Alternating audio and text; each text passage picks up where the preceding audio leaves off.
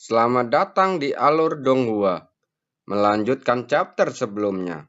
Di lautan kabut, keheningan yang dingin dan mematikan, serta auman binatang jurang sudah lama tidak terdengar.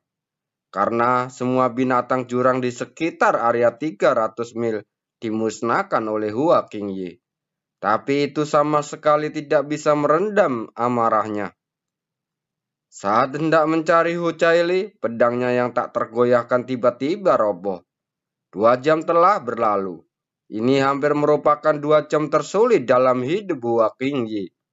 Dalam waktu singkat ini, dia berpindah-pindah ratusan kali. Identitas Hua Caili, pertunangannya, kerajaan Dewa Zentian, dan kerajaan Dewa Shenlou. Keduanya terikat erat, dan sumpah rahasia yang dia buat untuk melindunginya sepanjang hidupnya. Namun, dia secara pribadi menyerahkannya. Di saat ini, dia tidak lagi tahu bagaimana menghadapi Hu Caili, bagaimana menghadapinya, dan bagaimana menjalani rasa bersalahnya yang tak ada habisnya di hatiku Wangsin ibunya. Di penghalang, Yun Chen perlahan berdiri, menatap gadis di depannya dengan mantap. Tubuh tanpa cacat itu seperti batu giok yang paling sempurna, indah, dan profesional. Lautan kabut berwarna abu-abu, namun kulitnya yang berwarna giok berkilau, seperti cahaya mengalir yang menutupi salju. Dia mengeluarkan salah satu pakaian luarnya, dan dengan lembut menutupi tubuh Hua Caili. Seolah merasakan sentuhan, gadis yang tengah koma itu membuka dan menutup bibirnya, dan sedikit menggerakkan pinggang rampingnya. Meski mengenakan mantel, lingkar pinggangnya masih sempurna, seolah segala upaya talenta sang pencipta telah dicurahkan ke dalam dirinya. Yun Che membuka muka dan menghela napas pelan. 2 jam sudah cukup bagi Yun Che untuk memulihkan sejumlah besar vitalitas dan kekuatannya. Luka dalam Hua Caili yang sangat serius sedikit berkurang dengan energi cahayanya yang dalam. Dia berdiri lalu berjalan sangat ringan menuju penghalang, mengulurkan tangannya untuk menyentuhnya, dan ujung jarinya melewati tanpa halangan apapun. Penghalang ini hanya mengisolasi semua indera spiritual.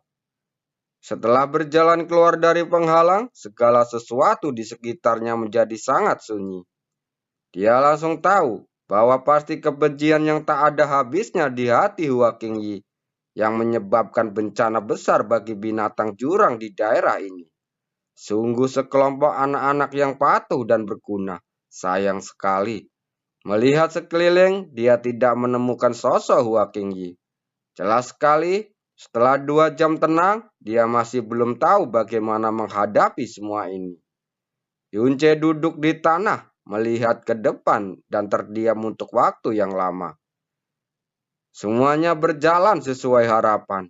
Tidak ada kecelakaan, tidak ada kekurangan. Kenapa kamu terlihat murung? Terdengar suara Lisau bertanya. Yun Che menjawab dengan tenang. Itu semua sudah diduga. Aku tidak ada yang bisa membahagiakan. Apa kamu merasa bersalah? Kamu begitu bingung hingga kamu bahkan melupakan setiap jejak hubungan jiwa kita. Kamu tidak bisa menyembunyikan emosimu dariku. Yun Chen menggerakkan sudut mulutnya lagi, memperlihatkan senyuman yang agak jelek. Mungkin aku belum terbiasa. Mengulurkan tangannya dan menatap lurus ke telapak tangannya. Ada saat ini di mana aku ingin melepaskan diri dari segala dendam dan perselisihan, dan bahkan berhenti bersalah atas pembunuhan. Karena saat itu aku menemukan putriku yang telah hilang selama 10 tahun. Dia terlalu cantik dan aku tidak ingin memeluknya dengan tangan berlumuran darah. Sekarang tangan ini telah berlumuran lebih dari sekedar darah. Lisau berkata pelan dengan lugas. Keadaan pikiranmu saat ini membuktikan bahwa sifatmu tidak sama jahat. Hahaha. Yu Chen terkekeh lalu terbawa berbahak-bahak. Iblis yang baru saja menggunakan cara tercela dan jahat untuk menyakiti orang lain bisa merasa nyaman karena ini. Kamu adalah dewa pencipta yang setengah amnesia, tetapi kamu masih dipenuhi hati suci. Senyuman gemetar menarik bekas luka di sekujur tubuhnya dan membuatnya menarik nafas dalam-dalam. Mendengar ini, Lisau terlangsung terdiam. Namun, Anda mengingatkan saya, Yun Chen melanjutkan. Emosi yang tidak perlu ini adalah redusansi yang paling tidak perlu. Saya benar-benar terbiasa mencapainya, jadi aku belum bisa menjadi seperti Ratu Iblis. Namun, manusia akan selalu tumbuh, begitu pula iblis. Jika kamu bertekad menjadi iblis yang membawa masalah pada dunia, kamu harus lebih teliti. Jika kamu berhasil, kamu bisa menyelamatkan dunia. Jika tidak ada, dia akan menghancurkan semua dunianya. Semua perbuatan jahatnya dilakukan olehku sendiri, dan tentu saja itu hanya akan dibalas olehku. Ini bagus. Lisau tidak mengatakan apa-apa untuk waktu yang lama. Ketika dia membuka mulutnya, sudah ada pertanyaan lain. Apa yang akan kamu lakukan selanjutnya? Yu Chen mengangkat matanya. Memasuki kerajaan Dewa Zetian. Apakah kamu tidak takut dipukulin sampai mati oleh Kaisar Dewa Huaxin? Kata Lisau lemah. Kalau begitu, rencanaku kali ini sia-sia. Hati dan jiwa Yun Chen tidak goyah sedikit pun karena kata-kata Lisau. Dia akan hidup dan mati bersamaku. Dengan cara ini, menurutmu Kaisar Dewa Huaxin, apakah benar-benar mampu mengambil tindakan? Lisau tidak menjawabnya. Kerajaan Dewa Zetian hanyalah sebuah batu loncatan. Yun Chen berkata perlahan, dengan cahaya yang dalam dan misterius tersembunyi di kedalaman matanya. Aku perlu membimbing Dewa Huaxin untuk mengirimku ke tempat lain. Di mana? Yun Chen saat hendak menjawab, terdengar suara langkah kaki yang sangat lembut di belakangnya. Ekspresinya langsung membeku. Tapi dia tidak menoleh ke belakang. Dia hanya duduk diam di sana, seolah tidak menyadarinya. Langkah kaki itu mendekat dan suara halus yang terdengar jelas di hatinya. Namun tidak pernah ada suara Hua Caili. Aroma Hua Caili menghembus ke seluruh tubuhnya, membawa aura sedikit penuh nafsu yang mencampari kecantikannya yang masih belum hilang. Sepasang lengan giok dengan lembut melingkar di pinggang Yunce, dan kepalanya bersandar pada tubuh Yun Chen. Jari-jari giok yang awalnya lemah menyengkram sudut bajunya begitu erat, seolah-olah takut dia akan pergi dengan tegas seperti yang terakhir kali. Bukan satu kata, tapi bernilai 1000 kata. Seluruh tubuh Yun Chen langsung membeku. Ia sudah mengantisipasi berbagai emosi, reaksi, dan kemungkinan kata-kata Hua Caili. Saat ini, saya tiba-tiba tidak tahu harus menjawab apa atau berkata apa. Hua Caili saat ini tidak diragukan lagi telah mengalami bencana besar dan perubahan drastis dalam hidupnya. Tidak peduli seberapa keras dan tidak terkendali emosinya, dia harus mengalaminya. Tapi dia tidak merasa tersesat, sedih, atau menangis. Juga tidak punya pelampiasan apapun. Sebaliknya, dia meringkuk dengan tenang. Hua Qingyi memandang dari jauh, tetapi tidak mendekat untuk waktu yang lama. Dia tidak punya muka untuk bertemu Hua Caili. Dialah yang bersikeras agar Hua Caili berlatih sendirian, dan dia juga yang gagal melindunginya. Yunce diam-diam mengalihkan pandangannya dan menatap gadis di sampingnya. Dia memejamkan mata, wajah yang cantik sangat indah, dan bulu matanya yang panjang tidak bergetar sama sekali. Menunjukkan ketergantungannya, ketenangan pikiran, dan kepuasannya tanpa jarak sedikit pun. Seolah-olah di suatu tempat di dalam hatinya tersentuh secara diam-diam. Dia akhirnya berkata, "Kamu terluka parah secara internal. Saya hanya menggunakan energi cahaya yang dalam untuk meredakan rasa sakitmu untuk sementara. Kamu perlu berkultivasi mandiri untuk sementara waktu." Menanggapi kata-katanya, Hucaili masih bersandar padanya dengan tenang. Yunchen tidak berbicara lagi. Setelah beberapa saat, gadis di sampingnya akhirnya perlahan membuka mata indahnya. "Kali ini, izinkan aku mengajakmu menonton bintang jatuh." Di bawah tatapan tertegun Yunche, Hua Caili membuka matanya dengan lembut. Dengan sepasang mata berair yang menunjukkan kerapuhan, kepedihan, dan memilukan, dia mengangkat tangannya dan pedang Liun terbang ke udara. Dalam sekejap, pedang itu tenggelam ke langit kelabu dan tenggelam oleh lapisan debu jurang. Seberkas cahaya putih bersinar di langit, seperti bintang yang tiba-tiba. Kemudian sinar cahaya itu terbang ke bawah, menyeret jejak cahaya yang panjang, langsung ke arah dua orang yang saling berpelukan. Saat Yunchen mengira itu adalah cahaya pedang dari pedang Lin Yun, cahaya itu tiba-tiba terbelah menjadi dua, terjalin dan jatuh. Mereka melewati lapisan kegelapan, lapisan debu, dan lapisan kabut, namun tetap tidak berkurang.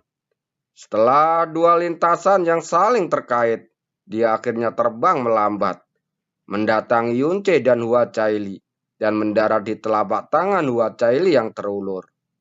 Ini adalah dua manik-manik giok kecil, bersinar dan cahaya putih yang tak ada habisnya. Itu adalah cahaya jiwa, napas jiwa, yang sama seperti Hua Caili. Setelah saya lahir, saya menderita musibah, dan melihat cahaya putih di telapak tangannya dan berkata dengan suara rendah, "Untungnya, ayah dan bibi saya masing-masing memiliki batu giok dan doa yang diberikan oleh Paman Yuan Huang saat itu. Dengan keduanya, itu menyelamatkan hidupku karena batu giok berdoa."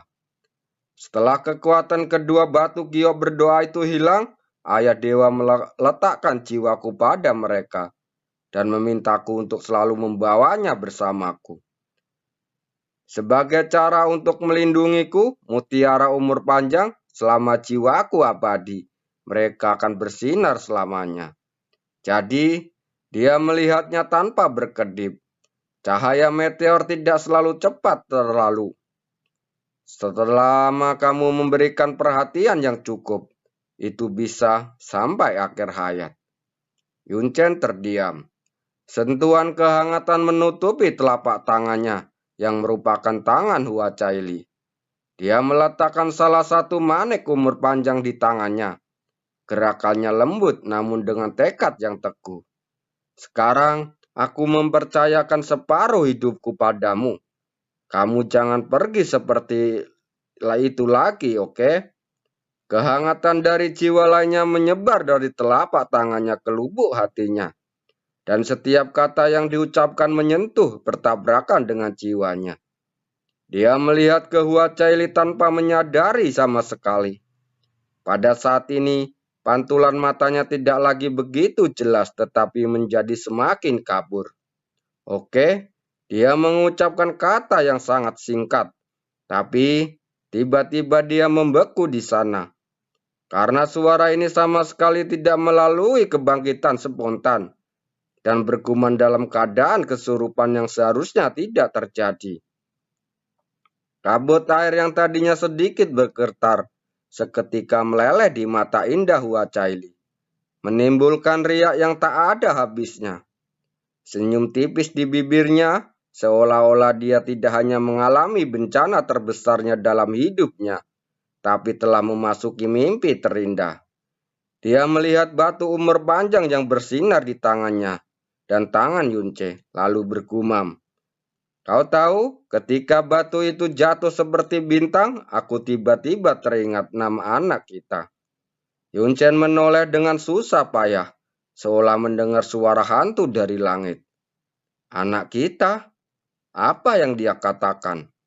Jika perempuan, beri nama dia Hing Lao. Jika laki-laki, beri nama dia Hing Chen. Oke?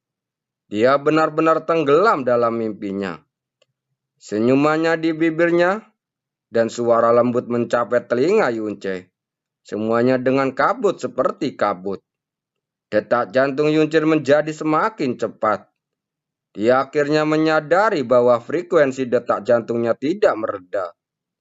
Dia akhirnya menyadari bahwa dia telah melihat senyum dan matanya untuk waktu yang sangat lama. Dan telah melamun untuk waktu yang sangat lama mengingat wejangan Ciwu Yao. Yunchen, harap ingat, di dunia jurang maut tidak peduli perasaan teman, guru dan murid, perasaan pria dan wanita, atau bahkan perasaan dermawan. Mereka hanya bisa menjadi alat untuk kamu gunakan, tetapi tidak boleh bercampur dengannya, bahkan sedikit pun cinta sejati. Kamu tahu karaktermu sendiri, dan jika cinta sejati muncul, kamu akan terikat olehnya. Tapi konsekuensinya dari terikat, kemungkinan besar itu adalah kamu dan hidup ini akan hancur. Tidak ada pemulihan, tidak dapat ditebus. Semua makhluk hidup dan jiwa mati di jurang maut adalah musuhku. Sebagai kaisar dunia ini, aku bertanggung jawab atas kelangsungan hidup dunia ini. Tidak peduli emosi apa yang ada di jurang maut, itu kejam. Kabut di matanya sedikit demi sedikit. Saat perasaan yang hampir kejam berubah menjadi kebangkitan yang sangat dingin. Rasa sakit yang hebat dan darah memenuhi mulutnya. Dia menggenggam kelima jarinya, memegang manik-manik giok umur panjang di tangannya dengan sangat hati-hati. Kemudian dia mengangguk dan berkata dengan suara yang lebih keras.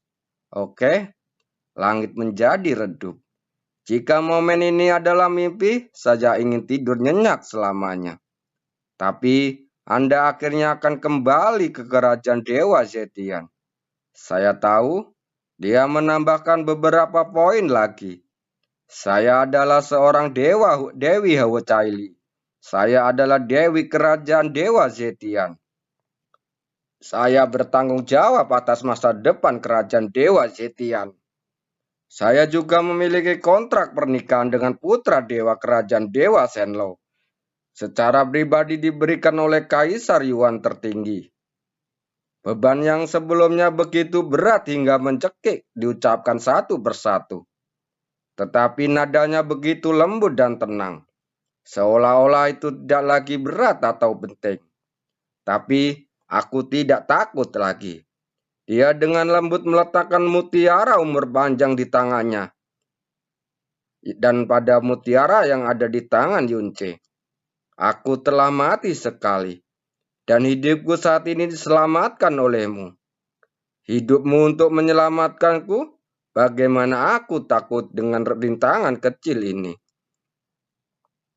Dia mengangkat tangannya dan menatap mata Yunce, membiarkan dia melihat setiap sinar cahaya di matanya yang cerah. Jadi, mari kita bekerja keras bersama, oke?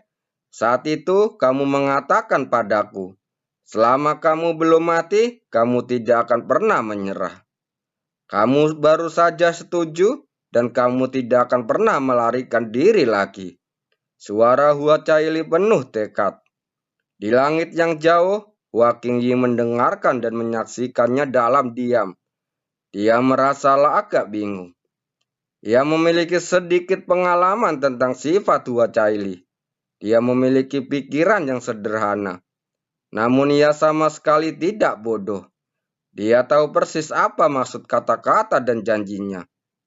Dia lahir di kerajaan Zetian, tinggal di tanah suci untuk waktu yang lama. Dan bahkan telah menginjakkan kaki di semua kerajaan dewa, kecuali kerajaan dewa malam abadi.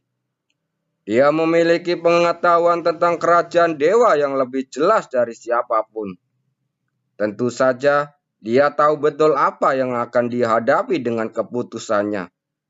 Tapi dia, Hua Kengyi mengangkat kepalanya dan menghembuskan nafas berat. Wang Xin, kamu bahkan benar-benar tidak takut pada ayah dewaku.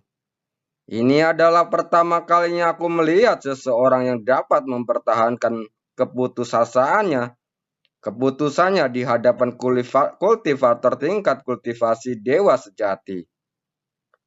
Tanpa ayah dan ibu, kamu tidak memiliki asal-usul dan klan. Kamu hanya memiliki tanda dosa, dan kamu tidak takut mati. Jadi tidak apa-apa di dunia ini pun yang membuatmu takut. Tentu saja, kecuali dibisarkan secara paksa. Wan Xin, sejak dia bertemu Yun Chen, bayanganmu ada di dalam diri Hua Caili. Apa yang harus saya lakukan? Sebelum melanjutkan, jangan lupa like, komen, dan subscribe ya. Terdengar teriakan binatang buas, dan seekor binatang buas kecil muncul dari jurang gelap di depan. Auranya di ranah penguasa ilahi. Ah, seru gadis itu. Dan sosok anggunnya dengan gesit bersembunyi di belakang punggung Yuce. Ada binatang buas. Tuan Muda Yun, tolong lindungi aku. Yunce mengangkat tangannya, dan cahaya biru menyala di telapak tangannya. Sebelum binatang jurang di hadapannya mendekat, ia telah berubah menjadi patung es di udara. Cahaya biru di tangannya berubah menjadi pusaran, dan angin sepoi-sepoi meniup patung es yang jatuh itu jauh-jauh, menyebarkan menjadi seabu kecil ke seluruh langit. Hua Caili dengan takut-takut menjulurkan kepalanya dari belakang Yunce. Lalu matanya bersinar dengan cahaya aneh dan berkata dengan kagum, seperti yang diharapkan dari Tuan Muda Yun, kamu sangat luar biasa. Yunce berkata setengah geli dan setengah tak berdaya. Aku belum cukup bersenang-senang. Hanya binatang jurang, itu terlalu. Alis Hua Caili terangkat, dan dia tersenyum seperti gadis kekanak-kanakan. Aku hanya suka bersembunyi di belakangmu, dan kamu melindungiku.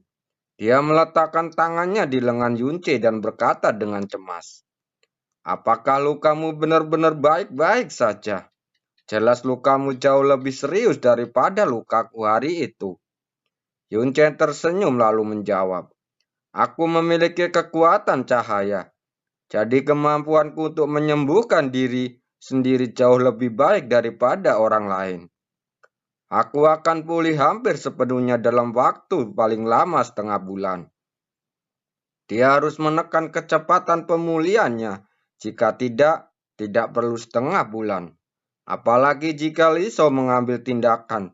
Dia pasti sudah pulih sekarang. Gadis itu menatapnya dengan kagum. Tuan Muda Yun adalah satu-satunya orang di dunia yang memiliki kekuatan cahaya yang sangat besar. Tentu saja, aku juga akan menerima perlindungan terbaikmu. Suaranya sedikit lebih rendah, menunjukkan sedikit kelemahan yang disengaja. Aku hampir tidak memiliki kekuatan untuk berjalan. Saat dia mengatakan itu, dia mengerutkan bibirnya dan tiba-tiba melompat ke punggung Yunce. Kakinya langsung menggantung di pinggangnya. Jadi, aku masih ingin kamu menggendongku. Yunce tersenyum sedikit, mengarahkan tangannya ke belakang, membelai pinggangnya lalu menarik ke depan langsung memeluknya. Saat Hua Caili dipeluk berseru manja, apakah ini baik-baik saja? Ujung hidung mereka bersentuhan dan nafas mereka saling bertautan. Pipi gadis itu sedikit merah muda. Sepasang lengan giok memeluk leher Yunce dengan erat. Dan kepalanya tergeletak dengan terampil di lehernya. Napas gadis itu seperti anggrek. Dan payudaranya yang gede yang lembut dengan jelas menggugah hati dan jiwanya. Setelah mengatur pernapasan sejenak, Yun Chen memeluknya dan berjalan perlahan ke ngarai laut berkabut di depan. Kamu baru saja menyebut kerajaan dewa yang terakhir kamu datangi.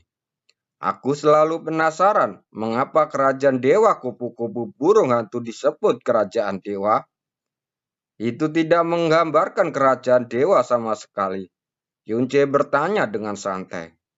Aku mendengar dari ayah dewa bahwa kata Hyodi adalah nama yang diberikan oleh Kaisar Yuan sendiri. Nama kerajaan dewa lainnya telah berubah, namun kerajaan Hyodi tidak pernah mengubah namanya. Adapun alasannya, ayah dewa mengatakan dia tidak tahu. Aku bahkan bertanya pada Yuan Huang sendiri, tapi dia menolak menjawabku dan berpura-pura tidak mendengar. Yunce mengerutkan kening dan berpikir sebentar, lalu melanjutkan bertanya, kalau begitu, ayahmu, kenapa dia tidak ingin membawamu ke kerajaan dewa malam abadi? Ayah dewa berkata bahwa penguasa dari kerajaan dewa malam abadi adalah orang yang sangat menakutkan, terutama membenci pria di luar kerajaan dewa malam abadi. Manusia tidak diizinkan masuk, dan manusia di dalam kerajaan dewa tidak diizinkan keluar, dan mereka manusia adalah budak terendah. Yah, itu memang agak menakutkan. Setelah beberapa saat, saudari Hua, apakah kamu kenal seseorang? Atau adakah seseorang di keluargamu? Nama belakangnya adalah Hia. Mungkin aku salah mengingatnya atau salah mendengarnya. Lalu dia menyadari bahwa Hua Caili telah tertidur dalam pelukannya. Lalu dia berjalan ke dinding batu yang agak tinggi, perlahan duduk dengan gadis yang tertidur di pelukannya, dan diam-diam melihat ke atas. Setelah menyerahkan Hua Caili kepadanya hari itu, Hua Qingyi sepertinya telah menghilang sepenuhnya dan tidak pernah muncul lagi. Tentu saja mustahil bagi Hua Qingyi untuk pergi. Meskipun beberapa hari telah berlalu, keadaan pikirannya tidak berangsur-angsur menjadi tenang, tetapi menjadi semakin rumit. Dia menyaksikan Hua Caili menggunakan cintanya pada Yunce. Menyaksikan dia memamerkan kelembutan kekanak-kanakan yang belum pernah dia lihat sebelumnya. Dan dia berharap dia bisa bertahan padanya selama 12 jam setiap hari. Sekarang, di lautan kabut yang luas ini, dia sebenarnya baru saja tertidur di atas pelukan Yunce. Bisa dibayangkan bahwa ketergantungan dan kepercayaan kepada Yunce telah sepenuhnya menghilangkan segala keraguan.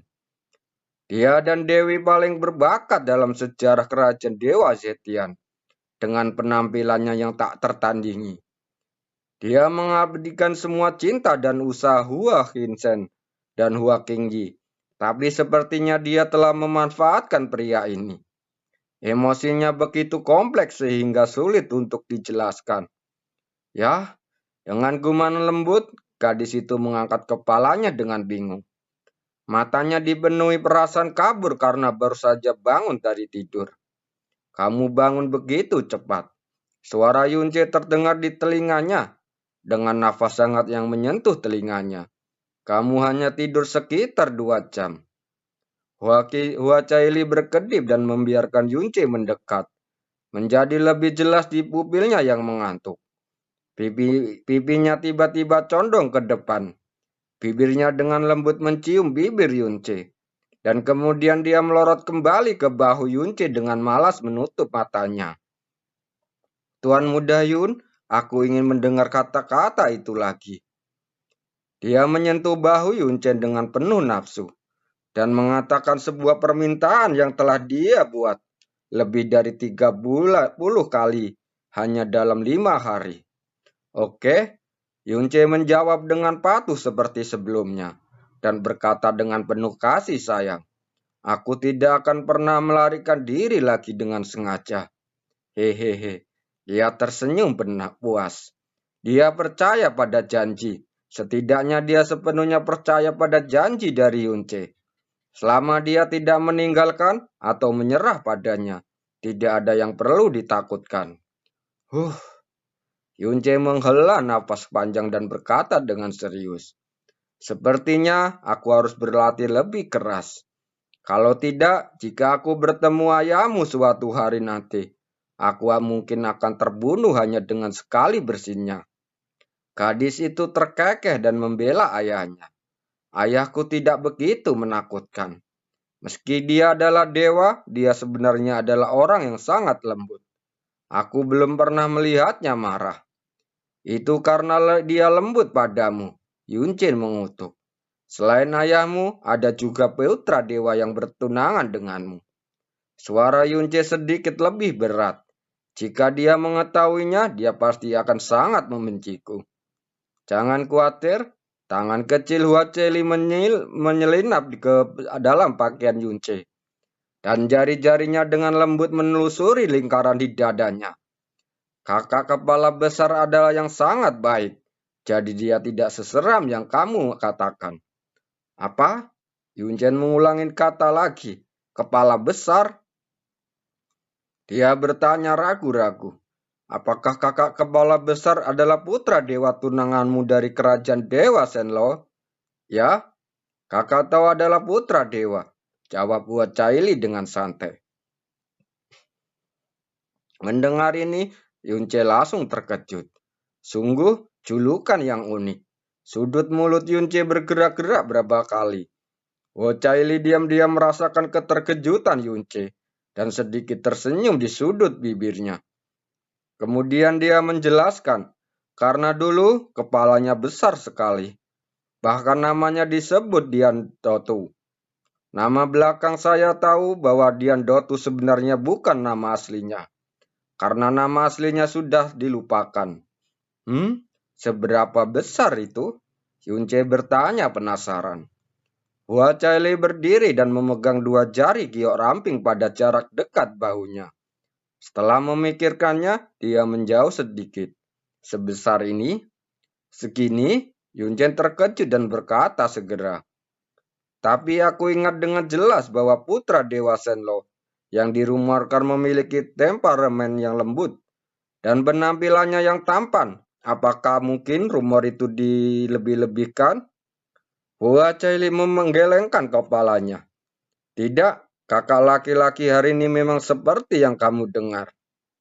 Dia menjelaskan secara rinci. Di kepalanya tidak sebesar itu sebelumnya. Karena kelainan bentuk dan penyakit aneh. Tapi dia memiliki vena ilahi kesunyian bawaan di otaknya. Alis Yunchen bergerak dengan tajam. Huacaili memperhatikan reaksinya dan berkata tanpa terkejut. Tuan Muda Yun, apakah Anda tahu tentang vena ilahi hutan belantara besar? Yunchen menggelengkan kepalanya. Ini adalah pertama kalinya saya mendengar tentang vena ilahi seperti itu. Tetapi saya telah mendengarnya tentang vena ilahi tubuh dewa liar. Saat dia mengucapkan kata tubuh dewa liar, dia melihat bibir Huacaili tiba-tiba terbuka lebar. Bayangan yang jernih di langit jauh juga tiba-tiba memfokuskan pandangannya. Yunchen mengangkat alisnya sedikit.